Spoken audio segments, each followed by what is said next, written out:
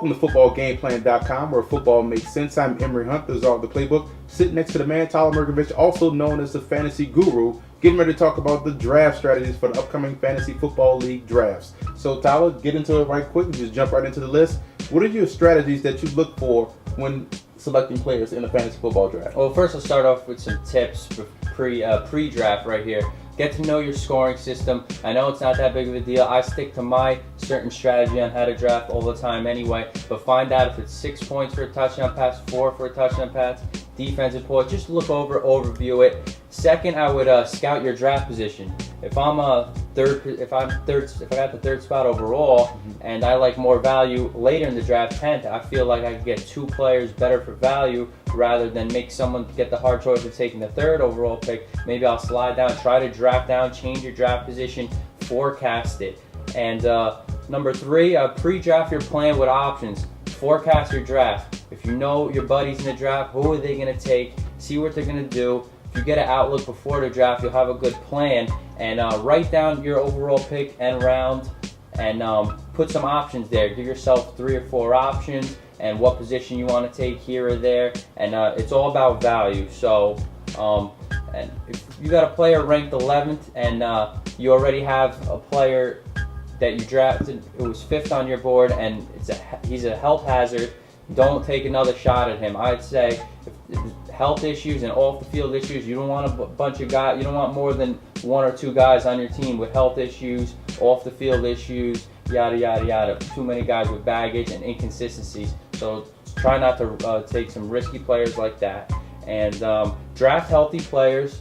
And it's all about depth and injuries. It's all about depth because of injuries and players sharing workloads with the running back tandems today, and the wide receivers are 3 and 4 sets. So those are a couple of things. And also, if you're drafting, I don't like to take players on the same team. I don't like to put all my eggs in one basket. But if it's the Colts, obviously it's a good thing. If it's the Rams, it's going to be a tough thing, especially this year. So maybe it's a Colts okay, Rams not okay.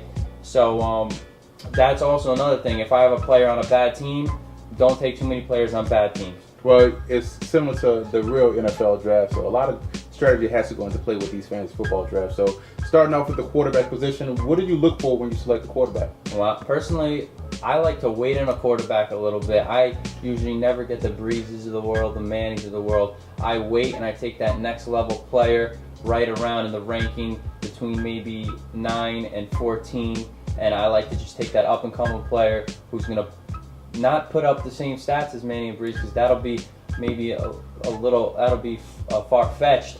But I like to take those players so they can compete with them, consistent basis, almost like a breakout player, middle-of-the-road quarterback. I like to draft him in maybe the 5th, 6th round, maybe some value. I'll wait a little more. But when that happens, I usually take a pretty valuable backup, and maybe my backup can come in and give me good starts. Maybe he'll end up better than my starter. It's happened to me a couple times already. What do you mean, like guys like Jason Campbell or guys like Matt Ryan, those type of guys? Not the real superstar guys, but guys that are right on the brink. Yes, right. of course. What about running backs? When it comes to running back, of course, maybe 6 years ago, it was all about the running backs. You know, load up on your running backs early. I remember even some managers were taking 3 running backs their first 3 picks overall, but now it's the tandem age. And this is a different running back pool.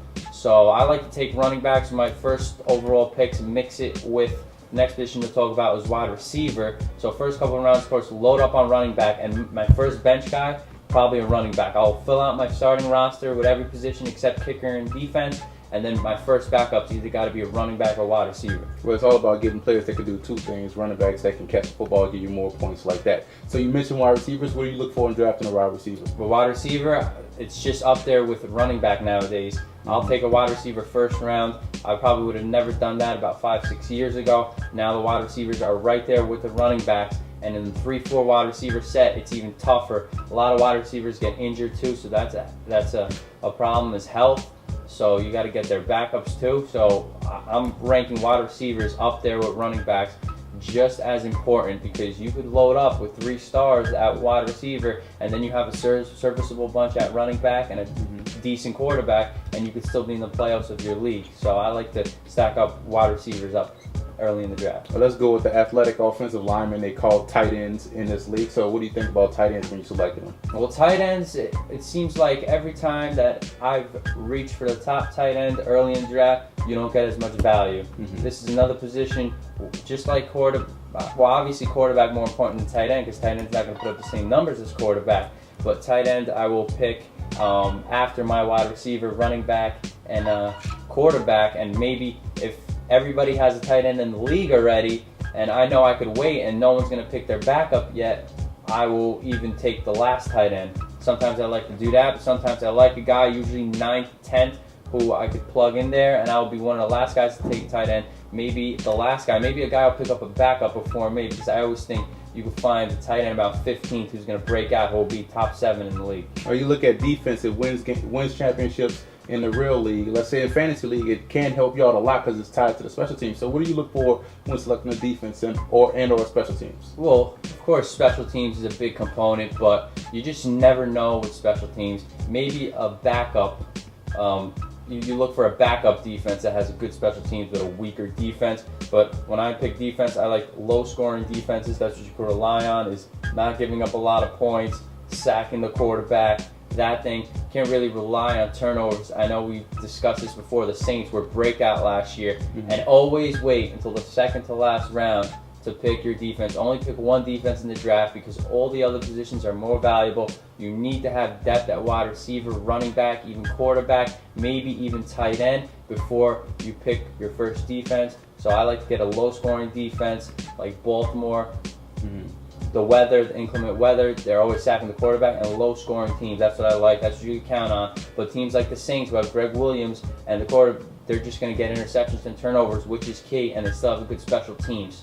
Well, looking at special teams, kickers and punters. Well, kickers are highly important in fantasy football. What do you look for when you're selecting a kicker? Well, for a kicker, I live on the waiver wire usually. Last round, pick your kicker because you could find the 30th ranked kicker in your fantasy football magazine you're looking. He could be a top 5 guy. So I always wait till the last pick to take my kicker, and I usually look for offense who I think is going to struggle in the red zone. So a bad red zone offense, such as the Bears last year, was pretty bad. Robbie Gould. And sometimes I factor weather, but that's not really a big deal. It's more of a team who I think is going to struggle on the opponent's side of the field and have a lot of opportunities at field goals.